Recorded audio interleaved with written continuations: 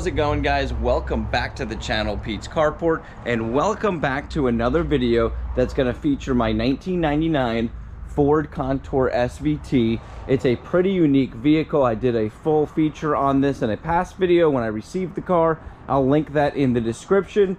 Today we're going to dive into trying to lower this car from its stock setup, and what we're going to be doing is putting on H&R lowering springs. There are a couple other brands out there that you can get for this car, but we're going with the H&R ones. Had good success with H&R products in the past, and these are a spring over, basically a spring over strut. So you've got your strut and you got your spring all connected in one. So it's going to be a kind of a pain in the butt to do. So this is not a very easy project. You've got the same thing up front, and what we've got to do is completely remove the spring and strut component together. We've got to put a spring compressor, which I think I have to go down and rent because I've got to get the style that hooks onto both sides. Mine has a plate which won't work since basically your shock goes down the middle here. It's just not going to work. So I'll have to go down and rent a set of spring compressors, and then we've got to take the stock one off, compress the new one, and put the new one in, and then reinstall. So let's go ahead and lower our car down, do some measurements before we go ahead and swap out the springs. We'll get the car back up, get the wheels off, and get going. So stay tuned. Okay, car's completely on the ground. I went ahead and shook it so that it would kind of settle down a little bit, and it came down. Let's go ahead and measure from the ground to the middle of our wheel arch. I got 26.5 in the rear. I'm gonna go over to the front. Got 28 in the front, so 26.5 in the rear and 28 in the front. Let's go ahead and get set up to take these off. Okay, so before we take any components off the front, I want to walk through what I did on the other side so you guys can understand. First off, you only have one bolt up here, which can seem scary because you got a compressed spring, and typically this nut's going to allow the spring to release, but it is sandwiched. There is another nut that's underneath here with a plate in between, so you are completely safe to take this nut out without this spring shooting down. So the first one I did, I compressed this spring down just to be safe, and I realized after taking it out that I didn't need to compress it till I had it down, which is a lot easier because it's really hard to get the compressor the compressor links into here and actually get the spring to compress. The next thing that I did was I took off the tie rod. That's a 15 millimeter. I did not take off my lower control arm on the other side, and I think it would have been easier if I did, so I'm going to try that this time. That is an 18 millimeter based on what I just saw. You do need to take off your sway bar link right here, and that has a nut on this side, but on the other side there is another nut if you look in there. And so you're gonna have to hold that nut with an open end wrench and undo this here, and then you can drop that down. This one here, you just take this nut off, and I believe both of those are 15s. Yes, they are. So these are 15s, and that's gonna allow you to pull off these lines here, your brake lines. And that is probably about what I'm gonna take off, and then we'll undo our strut bolt here on the bottom, and I think that's an 18 right there. And that should allow us to press from the underneath here like I did on the other side. So what I did was I took a jack and a bar and pressed up on this to compress our shock, which allowed me to pull the whole thing out. So I'll kind of walk you through that. I'm gonna go ahead and take all of these parts off, and then I'll come back and talk about how we're gonna pull this out. So what I ended up doing was going ahead and removing this back bolt for my lower control arm here, and loosened up the other side just so I can pull it out a little bit, and that's going to give me enough clearance now to get this back in there without any issues. And that should give you enough clearance to get it out with the stock without too many issues. I originally said I was going to do it right here where the knuckle is, and I just felt like that was going to be more work than just removing those two, and I've already done it on the other side, so I know it works. Now I also went ahead and changed the tie rod, which is no easy task. You've got to get way back in there to get it off. I was able to use a vice grip if you're going to go ahead and do this. They recommend a crow's wrench to get in there because it's a very tight space, but you can do it if you get a vice grip at a nice angle and able to turn it off and then tighten the new one back on. But without further ado, let's go ahead. I'm going to show you guys how I'm going to get this back in here and how you put everything back together. So the strut here, what I'm going to do now is slide that up into this tower. Make sure I've got it lined up with that as well. Put my little cap on. And then I got my larger bolt or nut. I'm gonna put the nut on, hand tighten it. And now what I'm gonna do is get all this lined up, which as you can see, everything's gonna go back together. So now what I'm gonna do is get all this lined up, push all this back in, get my lower control arm in, and we're gonna start snugging up everything kind of in the reverse order of how we took it out. So hopefully this helps you guys out, because it could be a very frustrating thing. It took me a couple of days just because I had to test some things out. I wanted to take my time with the springs, did not want to have any issues there. And now that I know you can take that top nut off without having a spring shoot out, that is a big relief. Now let's go ahead and move on to the rear. So the rear is going to be much easier, but if you don't know what you're doing, it could be extremely difficult because it can look intimidating. There are a few things I want to make sure you know before you start this rear. Is there's two up in the top here, there's two 10mm bolts that hold this entire strut up into that upper assembly. So you do not need to go in the trunk, you do not need to try to access it from the inside. There are two 10mm up there, which we're going to take out. Then you've got your strut bolt here that needs to come off, and then really that's it to take off on that section. But there are a couple bolts up in here that secure this frame. Let me get up underneath here. Okay, so you'll see right here and right here, you need to loosen those. I ended up taking them out, but you need to loosen them enough to get the shelf of this strut, which if you see here, there's a welded on piece that this is holding in place. So you will not be able to take this strut out until you remove that. I'm going to show you guys how that works and how that comes out, but I wanted to point all this out before we get started. Alright, so what I'm going to do is show you guys how to remove the spring, the stock spring from the strut on the rear strut, and then I'm going to show you how to put it on the front so you kind of have an idea how both of them work. They are slightly different, but same concept applies to both. Like I said from the beginning, make sure you get yourself a nice safe set of spring compressors, and we're going to hook these on opposite side of each other. Okay, I'm going to use my impact wrench, but try to go pretty slow. I have the ratchet impact that I like a little bit better because it moves a little slower, it's a little safer, but the battery is dead on it right now, so we're going to use this one. Okay, we're going to get that one snug up, and then we're going to get this other one started so that we know we have them opposite side. They're going to compress properly. Both locked in.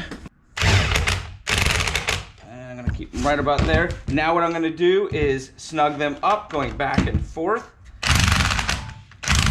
And you're going to want to get these tight enough to where you have a little bit of a gap up top, because there's so much pressure under these springs. You don't want to go taking your top nut off before you have these compressed, and you want to have them compressed down enough to where they're not going to shoot off.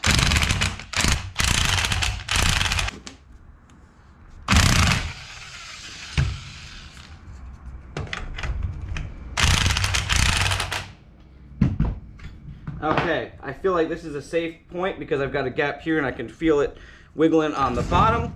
Now what I'm going to do, I'm going to try to impact this nut off. If it's not able to be impacted off, you have to use your Allen key on the end here and just take it off manually. But let's see if we can impact this off. So if it does happen to have some compression, it's going to shoot away from you. Oh, it looks like it's spinning, so we're going to have to take it off manually.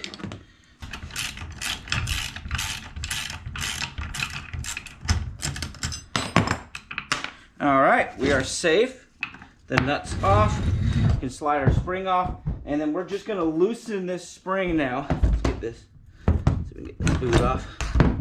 We're just going to loosen this one step at a time. Go slow.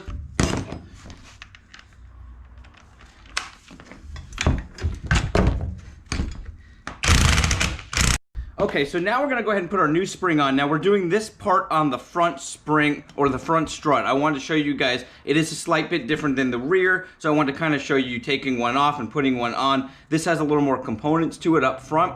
And your spring, you want to make sure you have it put in correctly. H&R puts their lettering so that you can read when it's on top, but there's a little bit shorter gap up top than there is on the bottom.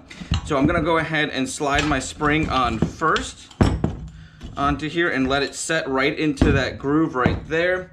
And then we're gonna slide our boot down the middle. Okay, now what we need to do is clamp this down because we definitely don't have enough length since the spring is on there and not compressed yet. And so what we're gonna do is go ahead and clamp on our spring compressors. And the reason why I assembled it before clamping it is so I know where I can clamp it. I can take it back out of here, knowing that I can clamp it here and then right on the other side and make it a little bit easier. So if you wanted to take it out now, you kind of know whereabouts you can clamp it and not be hitting the base or the top. So we're gonna go ahead and do that. Let me go ahead and set these up on here and I'll show you guys how to slide everything back in.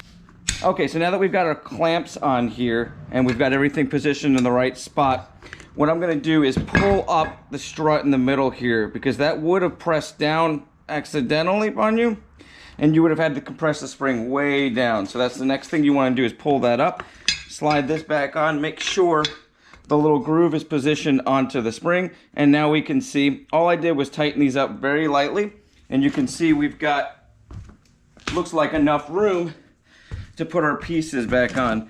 So this is gonna go inside of here like this, and that's gonna settle right on top there.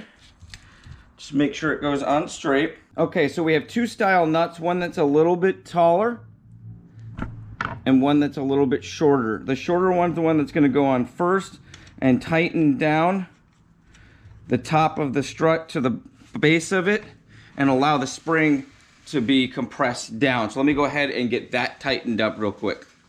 Now, of course, since our center is spinning, we need to hold it with the Allen key and tighten it down. Okay, now that's on there real snug, I can then undo my clamps here.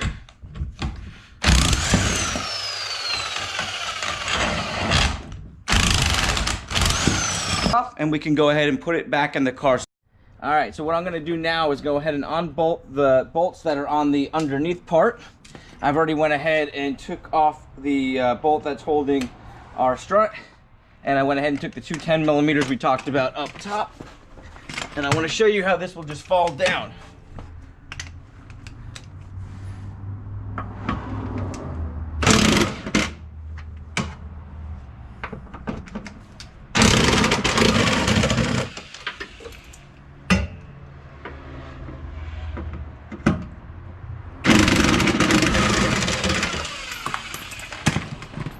As you can see, I took them completely out.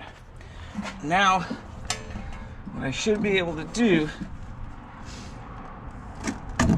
here we go, is get this wiggle loose.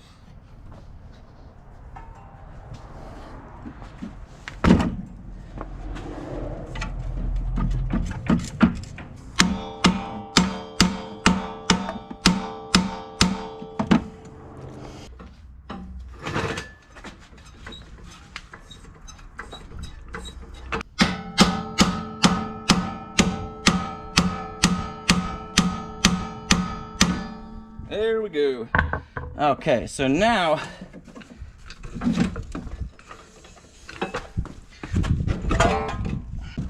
there we go. Strut is out.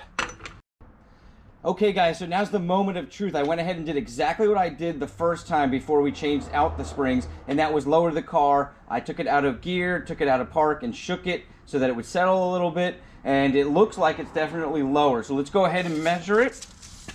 And our rear was 26.5 before putting the new springs in, and it's right around 26 1/8, so not a big drop in the rear. But I'm looking at the front, it looks like a big difference, and I'll show you guys that here in a second. And we had 28 up front, which is a big difference. Oh my gosh. So it's 25 3/4 up front. So remember when I was showing you guys the springs, they look so much different for the front size, but the rear didn't look like a whole lot different, and it seems to be making a big difference in the total height. But look at this.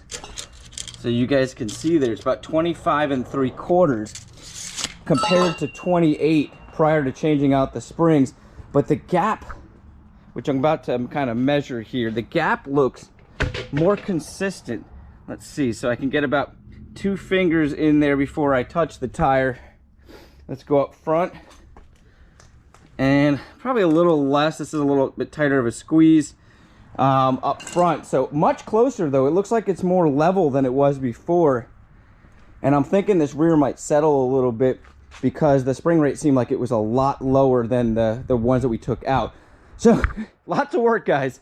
Something that I do not highly recommend you do on your own unless you've got a lift or you've got maybe 4 or 5 jack stands. It's just not a safe job to do unless you know what you're doing. And I'm sure you can probably get this done at a fairly inexpensive rate. It's probably a 3-hour, 4-hour shop job. It took me probably 8 hours because I had to figure out how everything was going to come out, and I put safety in front of everything, which you should always do. But once again, guys, I hope this helps somebody out there who's maybe just trying to take out their strut, or they are swapping out the springs. I hope this helps you guys know what it's going to do for your car. Hope this helps you understand how to take them in and out. And I hope you enjoyed the video. Once again, guys, my name's Pete. This is Pete's Carport. You guys have an awesome day, a blessed week, and I'll catch you on the next video.